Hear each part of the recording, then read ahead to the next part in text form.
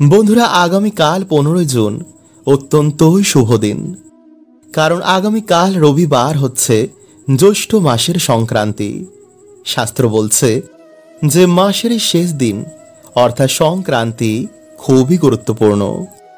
কারণ এই দিনে করা কিছু কর্ম নির্ধারণ করে যে নতুন মাস আমাদের কেমন কাটবে। তাই এই দিনে সামান্য কিছু কার্য যেমন নতুন মাসকে পরম সৌভাগ্যে ভরিয়ে দেয়, তেমনি কিছু সামান্য ভুলেও কিন্তু নতুন মাসে দুর্ভাগ্য ডেকে আনে। আর এই মাস যেহেতু স্বয়ং শনি দেবের জন্মমাস, তাই কাল রবিবার এই সংক্রান্তির দিন এই সামান্য নিয়মগুলো কিন্তু অবশ্যই মেনে চলবেন। জয় শ্রীকৃষ্ণ, রাধে রাধে। বন্ধুরা, প্রত্যেক সংক্রান্তি ভগবান বিষ্ণুকে অর্পণ করা হয়। শাস্ত্র বলছে যে পুরো মাসের পূর্ণ সৌভাগ্য এই সংক্রান্তির দিনেই আমাদের সামান্য কিছু কার্যেই প্রাপ্ত করা যায়, এবং এই দিনে সামান্য কিছু ভুলেও কিন্তু নতুন মাসে আমাদের বিভিন্ন সমস্যায় ভুগতে হয়।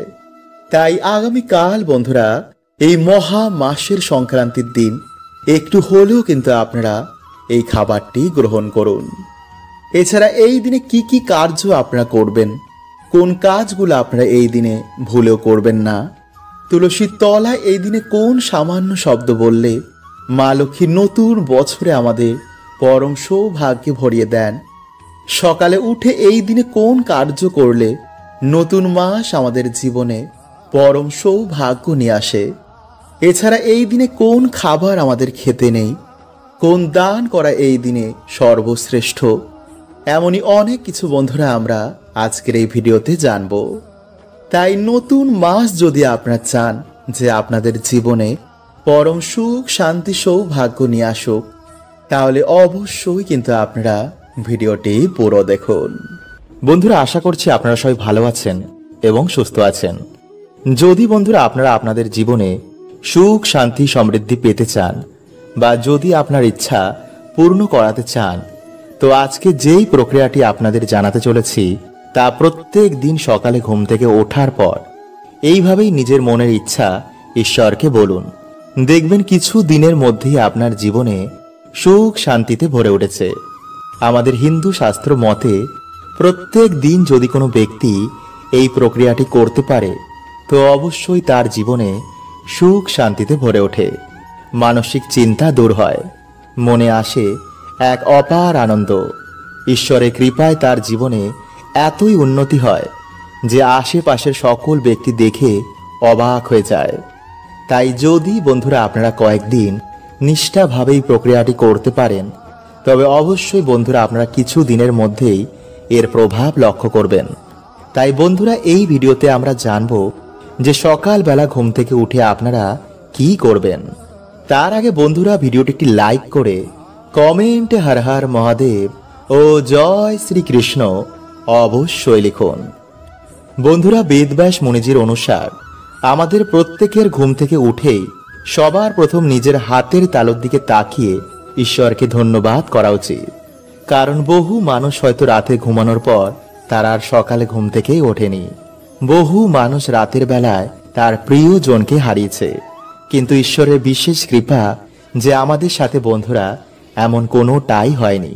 তাই এর জন্য আমাদের সকালবেলা ঘুম থেকে উঠেই হাতের তালুর দিকে তাকিয়ে পরমাত্মাকে ধন্যবাদ দেওয়া উচিত। কারণ বন্ধুরা আমাদের এই হাতের তালুতে সমস্ত দেব দেবীর বাস হয়। তাই নিজের হাতের তালুর দর্শন করে মনের ইচ্ছা বললে সমস্ত দেব দেবীর আশীর্বাদ একসাথেই প্রাপ্ত হয়। সকালে উঠেই নিজের হাতের তালু দেখা অত্যন্তই শুভ বলে মানা হয়। কারণ হাতের তালুর অগ্রভাগে রয়েছে মা লক্ষ্মী, হাতের তালুর মাঝখানে বিরাজ করেন মা সরস্বতী, আর তালুর ঠিক নিচে বিরাজ করেন স্বয়ং ভগবান শ্রীকৃষ্ণ। তাই এর জন্যই আমাদের শাস্ত্রে ঘুম থেকে উঠেই হাতের তালু দর্শন করতে বারবার বলা হয়েছে। কারণ বন্ধুরা আমি আগেই আপনাদের একটি ভিডিওতে বলেছি যে জন্মের সাথেই আমাদের ওপর তিনটি ঋণ চেপে যায়, আর তা হলো পিতৃ ঋণ, দেবতাদের ঋণ আর এই প্রকৃতির ঋণ। তাই যতদিন না বন্ধুরা আমাদের এই ঋণ চুক্ত হবে ততদিনই আমাদের জীবনে নানা রকম সমস্যা লেগেই থাকবে। তাই এর জন্যই বন্ধুরা আমাদের সকালে ঘুম থেকে উঠেই এইভাবে নিজের মনের বাসনা সমস্যা যদি ঈশ্বরকে আমরা বলি, তারপর ধন্যবাদ দিই, তো জীবনের সমস্যা বাধা বিপত্তি সব কিছু থেকে ঈশ্বর আমাদের মুক্ত করে দেবেন। তাই এর জন্য আমাদের যা করতে হবে, সকালে ঘুম থেকে উঠেই নিজের হাতের তালুর দিকে তাকিয়ে এই মন্ত্র 3 বার পাঠ করবেন। আর সেই মন্ত্রটি হলো ওম পরমাত্মনে নমঃ, ওম পরমাত্মনে নমঃ, ওম পরমাত্মনে নমঃ।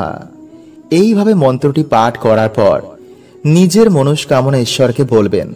তারপর ঈশ্বরকে ধন্যবাদ দিয়ে বিছানা থেকে মাটিতে পা দেওয়ার আগে ভূমাতাকে প্রণাম করবেন। তারপর মাতাকে ধন্যবাদ দিয়ে আপনারা আপনাদের ইষ্টের মানে ঈশ্বরের দর্শন করবেন। তারপর মা বাবাকে প্রণাম করে সূর্য নারায়ণ দেবকে প্রণাম করে আপনারা বলবেন যে আজকের আমার এই দিনটি খুবই খুবই ভালো কাটবে। বন্ধুরা, জ্যৈষ্ঠ মাসে ভুলেও কিন্তু আপনারা খাবেন না এই খাবারগুলি। এবং কোন খাবারগুলি এই মাসে আপনারা খেতে পারবেন, কোন কাজগুলি এই মাসে আপনারা বর্জন করবেন এবং এই মাসে কোন কাজগুলি করলে সৌভাগ্যের উদয় হয়, এই সব কিছুই বন্ধুরা আমরা আজকের এই ভিডিওতে জানব। তাই ভিডিওটি কিন্তু আপনারা অবশ্যই পুরো দেখুন এবং ভিডিওটি বন্ধুরা আপনারা একটি লাইক করে কমেন্টে আপনারা বলুন হর হর মহাদেব ও জয় শ্রীকৃষ্ণ। বন্ধুরা, আমাদের হিন্দু ধর্মে এই জ্যৈষ্ঠ মাসের গুরুত্ব অনেক বেশি। তাই এই মাসে বন্ধুরা আমাদের সকলের বিভিন্ন দেবদেবীর আশীর্বাদ নেওয়া উচিত। আর তারা হচ্ছেন সূর্যদেব, শনিদেব, মা মঙ্গলচণ্ডী, হনুমানজি, ভগবান বিষ্ণু, ভগবান শিব, মা লক্ষ্মী এবং ভগবান শ্রীরাম বা ভগবান শ্রীকৃষ্ণ, রাধারানী। কারণ বন্ধুরা এই জ্যৈষ্ঠ মাসে শনিদেব জন্মগ্রহণ করেছিলেন। তাই প্রত্যেক শনিবার এই মাসে আপনারা হনুমান চল্লিশা পাঠ করবেন। হনুমানজি চরণে আপনারা সিঁদুর দেবেন। পারলে কোনো হনুমানজির মন্দিরে বা শনি মহারাজের মন্দিরে গিয়ে আপনারা শনিবার দিন একটি প্রদীপ ধরাবেন। আর শনিদেবের পিতা হচ্ছেন ভগবান সূর্য নারায়ণ দেব। তাই প্রত্যেক দিন আপনারা স্নান করে ভগবান সূর্য নারায়ণ দেবকে জল নিবেদন করতে কিন্তু আপনারা একদম ভুলবেন না। কারণ শাস্ত্র বলছে বন্ধুরা যে প্রত্যেক দিন যারা স্নান করে এসে ভগবান সূর্য নারায়ণ দেবকে জল নিবেদন করেন তার মান সম্মান ও অর্থ সর্বদাই বাড়তে থাকে। এছাড়া বন্ধুরা এই মাসে ভগবান শিবের পুজো অর্চনায় এবং পঞ্চামৃত দিয়ে ভগবান শিবের শিবলিঙ্গের অভিষেক করে সেটি গ্রহণ করলে বড় বড় দুর্ভাগ্য, বড় বড় বাধা, অর্থ কষ্ট সব নাশ হয়ে যায়। মহাদেবের কৃপায় সেই ব্যক্তির জীবনে সৌভাগ্যে ভরে ওঠে। নাম্বার 2, বন্ধুরা এই মাসে কালো তিল, গুড়, কালো কাপড়, উড়দ ডাল বা কাউকে ছাতা বা কোনো অসহায় মানুষ বা কোনো পশু পাখিকে জল দানে শনিদেব ও সূর্য নারায়ণ দেব অত্যন্তই প্রসন্ন হন। ফলে যেই সমস্ত মানুষ বহুদিন ধরে শনির ধাইয়া, শনির সাড়ে সাথী বা কাল সর্পদোষে ভুগছেন, যাদের জীবনে সহজেই উন্নতি হয় না, যাদের জীবনে অর্থ সমস্যা লেগেই রয়েছে, তারা অবশ্যই কিন্তু বন্ধুরা এই মাসে এই জিনিসগুলোর মধ্যে যে কোনো একটি দান করতে ভুলবেন না। এবং শনিবার দিন আপনারা অবশ্যই এই মাসে শনিদেবের পুজো দিন। নাম্বার 3, বন্ধুরা এই মাসে হনুমানজির সাথে ভগবান শ্রীরামের প্রথম দেখা হয়েছিল। তাই এই মাসের মাহাত্ম্য এত এত বেশি। তাই এই মাসে বন্ধুরা শাস্ত্র বলছে যে আমাদের বেশি করে ভগবান শ্রীরাম বা ভগবান শ্রীকৃষ্ণের নাম করা উচিত। তুলসী মঞ্চে আমাদের জল নিবেদন করা উচিত। ব্রহ্ম মুহূর্তে আমাদের ঘুম থেকে ওঠা উচিত। পারলে এই মাসে আমাদের কোনো পবিত্র নদীতে স্নান করা উচিত। কিন্তু যাদের বাড়ির সামনে পবিত্র নদী নেই, তারা অবশ্যই বন্ধুরা এই মাসে স্নানের জলে কালো তিল, সামান্য গঙ্গা জল বা তুলসী পত্র দিয়ে আপনারা স্নান করুন। নাম্বার 4, বন্ধুরা জ্যৈষ্ঠ মাস জুড়ে আপনারা বাড়িতে মা লক্ষ্মীর বিশেষ পুজো দিন। মা লক্ষ্মীর প্রিয় ভোগ, মা লক্ষ্মীর প্রিয় ফুল যেন অবশ্যই মাকে এই মাসে নিবেদন করতে ভুলবেন না। নাম্বার 5, বন্ধুরা এই মাসে যেহেতু অত্যন্তই গরম থাকে, তাই ছাতুর ঘোল আপনারা কিন্তু এই মাসে অবশ্যই খাবেন। বেশি করে আপনারা জল খাবেন, আখের রস খাবেন, ডাবের জল খাবেন, রসালো ফল আপনারা এই মাসে বেশি করে খাবেন। এছাড়া যে সকল মায়েদের প্রথম সন্তান ছেলে, তারা কিন্তু এই মাসে লাউ বা লাউ শাক খাবেন না। এবং অত্যন্ত গরমের জন্য আপনারা খাবারে হিং, গরম মশলা, শুকনো লঙ্কা, আমিষ এবং তেল জাতীয় খাবার একটু কম খাবেন। বন্ধুরা, এই মাসে সব থেকে গুরুত্বপূর্ণ কাজ হচ্ছে তুলসী গাছে জল অর্পণ করা। কারণ বন্ধুরা, শাস্ত্র বলছে যে এই মাসে তুলসী গাছে জল অর্পণ করলে যমরাজও তাকে ছুঁতে ভয় পায়। মহাদেব বলছেন যে যে বাড়িতে তুলসী গাছ থাকে সেই বাড়িতে স্বয়ং মাধব বিরাজ করেন।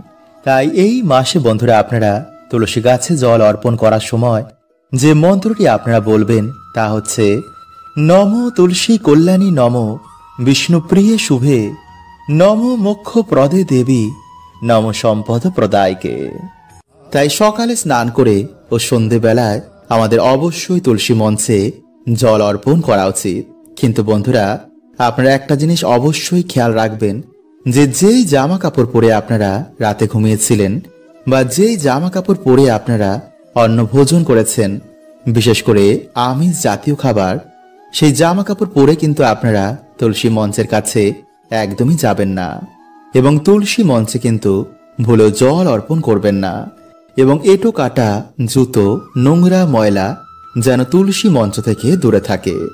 কোনো রকমের খারাপ চিন্তাভাবনা নিয়ে আপনারা তুলসী মঞ্চে একদমই জল অর্পণ করবেন না।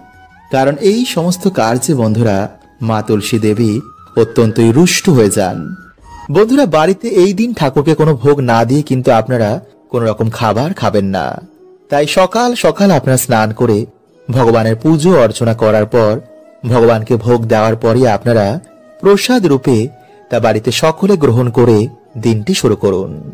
নাম্বার 2, বন্ধুরা, এই দিন আপনারা স্নান করে আসার পর সূর্য নারায়ণ দেবকে কিন্তু জল অবশ্যই অর্পণ করুন।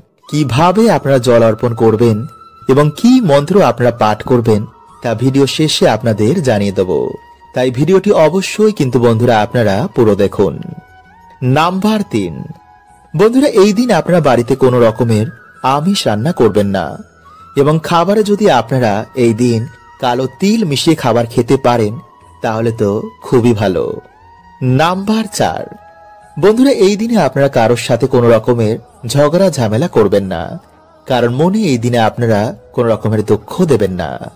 নাম্বার 5, বন্ধুরা, এই দিনে যদি আপনাদের বাড়িতে কোনো গরিব দুঃখী আসে বা কোনো ভিখারি আসে তো ভুলেও বন্ধুরা তাদের কিন্তু বাড়ি থেকে খালি হাতে ফেরাবেন না। কারণ বন্ধুরা মানা হয় যে এই দিনে কিছু দান করলে মানুষের বহু গুণ দুর্ভাগ্যের পাপের নাশ হয়ে যায়। তাই অবশ্যই বন্ধুরা আপনারা কিন্তু আপনাদের সাধ্য অনুযায়ী এই দিন কাউকে দান করুন। নাম্বার 6, বন্ধুরা, এই দিন আপনারা যতটা পারবেন পরিষ্কার পরিচ্ছন্ন থাকার চেষ্টা করুন। নোংরা জামা কাপড় এই দিনে কিন্তু ভুলেও পরবেন না। এই দিন আপনারা কান্না করবেন না, বাড়িতে অযথাই শোক পালন করবেন না। সকলের সাথে সেই দিন ভালো ব্যবহার করুন এবং উৎসব রূপে এই দিনকে আপনারা পালন করুন। নাম্বার 7, বন্ধুরা, এই দিনে কিন্তু মহিলারা আপনারা ভুলেও মাথায় শ্যাম্পু দেবেন না। গাছ, নখ, চুল, দাড়ি এই দিনে কিন্তু আপনারা বাড়িতে কাটবেন না। কোনো রকমের অশ্লীল কাজ কিন্তু এই দিনে আপনারা ভুলেও করবেন না। যতটা পারবেন এই দিনে আপনারা ঈশ্বরের নাম করুন, পুণ্য অর্জনের কাজ করুন। নাম্বার 8, বন্ধুরা, এই দিনে আপনারা নতুন চাল, দুধ এবং খেজুরের গুড় মিশিয়ে পায়েসের মতন রান্না করে আপনারা ভগবানকে তা অবশ্যই ভোগ দিয়ে তারপর প্রসাদ রূপে বাড়িতে সকলে গ্রহণ করুন।